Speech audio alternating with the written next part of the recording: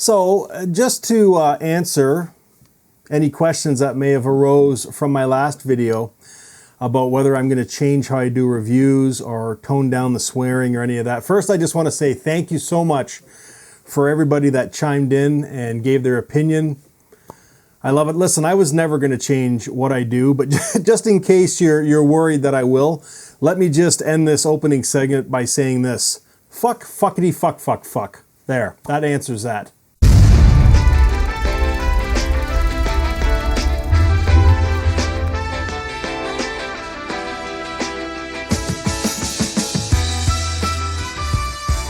Hey guys, welcome to Happywax TV. So tonight we're talking about a movie called The Butchers. I'm going to kind of keep this one short. This movie, I'm going to probably get into a few spoilers, but I'm going to try my best not to go too crazy with the spoilers. But it's called The Butchers, just came out, and it's one of these movies that's right in the middle, right? You're not going to hate it. You're not going to love it. You're just going to, you're going to watch it, and you're going to be like, that was kind of okay. And then you're never going to think of it again. It's just kind of right there in the middle.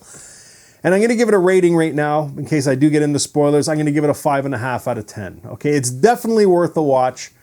It's lower budget.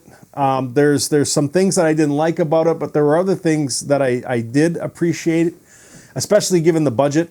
But first of all, it's a Canadian movie. It was filmed in Ottawa, which is 8 hours down from where I live. I live in Canada too. But so anytime I can get my hands on a Canadian horror movie, I'm definitely going to review it. But the one thing about this style of movie is, it's been done 1,000 times before. I mean, these hillbillies that live in the woods that capture the kids that go camping or their car breaks down, like this case, like it's been done so many times. So it's that fine line of, is this thing going to be a pile of shit or is it going to be watchable? And I would say it's watchable.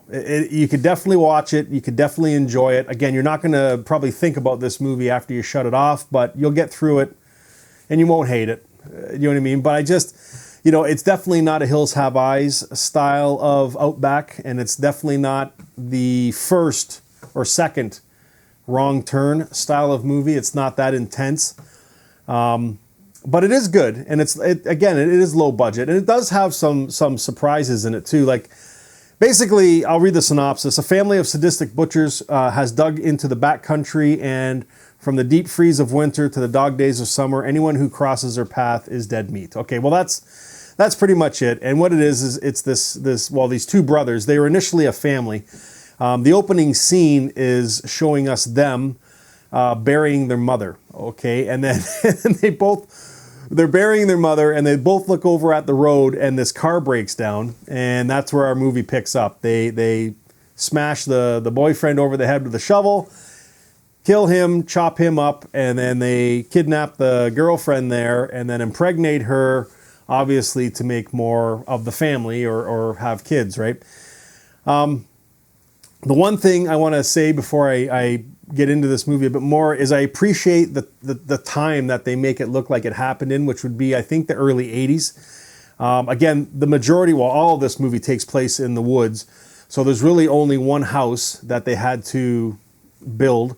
And then they had to find 2 cars from the 80s. And that was it.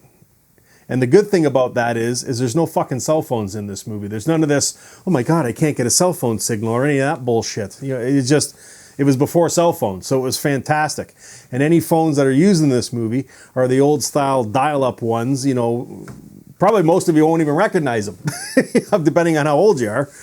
But I thought that was great, that they just made it in that era and they took the cell phone issue right away, so we didn't have to deal with that nonsense. So, but anyways, that's what it is. The first scene of the first act is us seeing the brothers.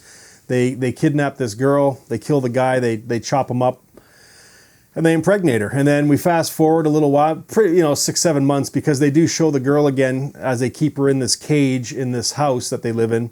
And she's obviously pregnant. And then this other car comes by with these 4 characters in it. Two girls, 2 guys, boyfriend, girlfriend, 2 couples, right?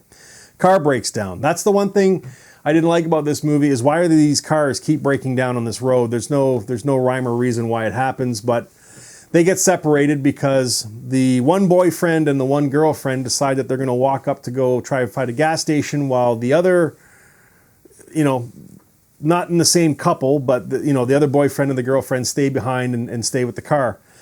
And this is where it kind of detracted from me, and I don't want to dwell on this too much, but in the second act, it's I don't know why they did this, is they made the story revolve around the fact that the one boyfriend and the one girlfriend who weren't together as a couple that went to the gas station were having an affair with each other, okay?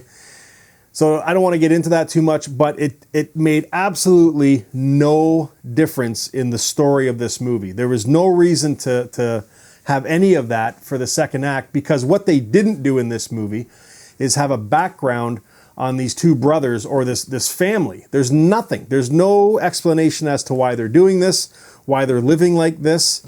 What play the mother had in it, who is now dead, in the brothers like living this style of life. Like nothing. There's nothing. And again, I've always said this before, I don't need movies explained to me. I like, a little bit of a mystery, but it would have been nice to even have like even like a 2 or 3 minute conversation explaining some sort of a background on these brothers as to why they're doing what they're doing to all these people that come by and how they're kind of getting away with it. But there's nothing, zero, nada. Instead, they went the route of, boyfriend fooling around on girlfriend, and that's going to be an issue, and blah. But at the end of it, it really wasn't. It really made no fucking difference at all the way the movie played out. So, and that was the majority of the second act. And it dragged. You know what I mean? I just didn't care for that. But if you can make it to the third act, it really does pick up. The action picks up.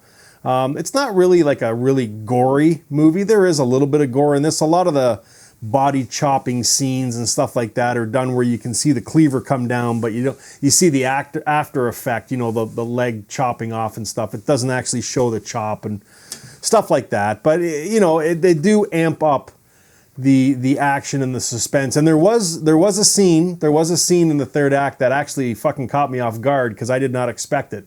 I'm not going to tell you what it was. I don't want to spoil it for you, but yeah, you'll know when you see it what this girl does, and it's like, oh fuck, didn't see that coming. So that was nice. So they the third act was really good. The first act of this movie was pretty good, and the third act was, it was all right for a low budget, hillbilly outback style film. I thought it was done pretty well. It was just that second act, where they kind of turned this movie into this couples fooling around on each other thing. I was like, what? We don't need this in this style of movie. It made no fucking difference at all. So anyways, I'm going to recommend that you watch this one.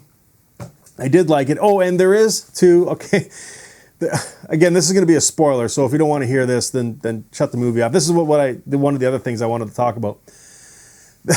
The whole lead up to this movie, when we're in this house, okay, there's always this, they always pan over to this one room, and there's this grunting and growling and groaning of some sort of a creature or a presence that lives in this other room. And I got to be honest, okay, when we get the reveal of what's in that, I'm just being real, it's kind of disappointing. Okay, like the